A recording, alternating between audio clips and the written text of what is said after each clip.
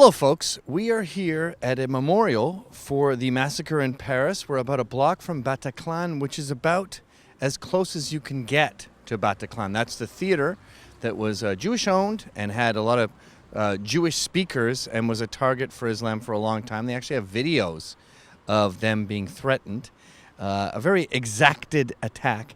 And what a few people are recognizing is this was an exacted attack at hipsters. Believe it or not. We're here at the 10th and 11th arrondissement, which is sort of like the Williamsburg or the Cabbagetown or the Lower East Side, or, you know, every city has its sort of hipster area where the young creatives are, and they tend to be sort of on the outskirts of gentrification, and that area tends to be relatively multicultural. It tends to have a lot of moderate Muslims, and I think they attacked this area because they were hoping to polarize that community. They didn't attack the West End, right? Every West End in every city is the posh end. They didn't attack that. They didn't attack the Champs-Élysées. They didn't attack tourists. They focused their attack. These young 20-somethings, these terrorists, attacked their own kind, their own demo, their own age group. And they said, we're going to blow them up and incite terror here. And I believe that their impetus was, let's get the white hipsters to become radical right-wingers, and let's get the moderates to become ISIS. Sounds good to me. I agree with you. I'm on the same page as ISIS. I'm a jihadist. You say you want to fight. You say you want a war, as President Hollande put it, on dans une guerre. Yes, we are in a guerre.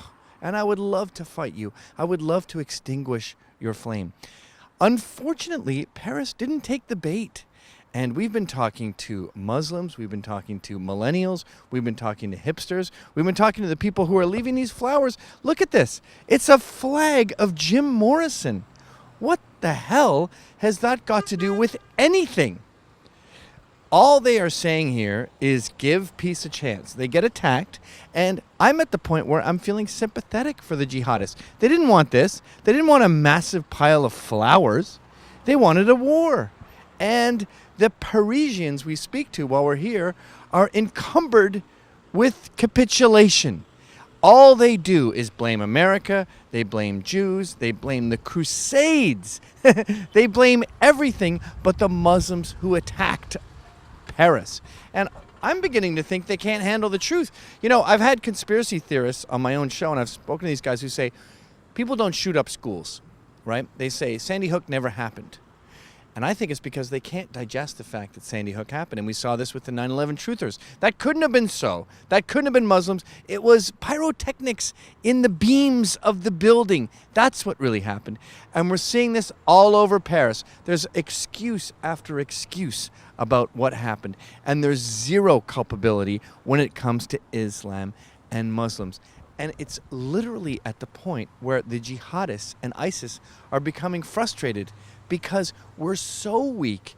The West is so eager to kowtow to abuse that the bullies aren't getting the satisfaction of having the nerd cry. They're wedging a nerd, and he's saying, yeah, well, I had it coming. Whatever.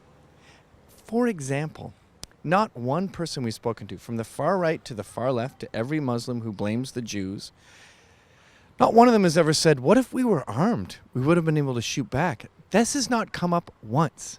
And that is because guns in Paris have been scrubbed from the debate.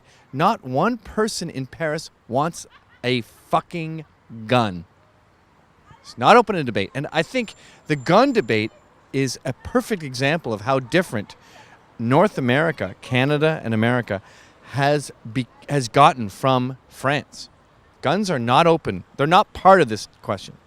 The other thing that deeply disturbs me is how eager everyone is to forget. This whole incident is treated like a train crash. 138, whatever the number is now, were killed in an unfortunate collision of ideals where an Israeli train made by Americans crashed and killed a bunch of people. And we're putting up flowers. We're coming by. Some guy's kicking out beer cans. He doesn't want the beer cans to get too close to the candles.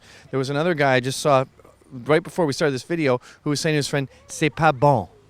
Oui, c'est pas bon. it's not good. It's time for irrational hatred. It's time for vehement patriotism. It's time for France and the entire Western world to be nationalistic.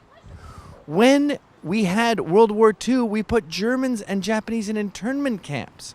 Mickey Mouse was fighting the Nazis. Superman comics were fighting the Nazis. Everyone was on the same page. Today, we keep talking about how it's not all Nazis, and some Germans are sweet people. That is so far to the left that it's actually thwarting ISIS in a weird and bizarre way, because they want us to get mad. It's like the war's already been won by Islam. So, I would like to say my experience over the past few days in Paris has been profoundly depressing. There is no fight left in this city. There is no fight left in these people. The fact that they see Marine Le Pen and people like La Génération Identitaire, the fact that they see those as radicals shows how bad things are. I thank the Lord that the working class will be electing a far-right president next, because this city needs a slap in the face, and murdering them isn't helping.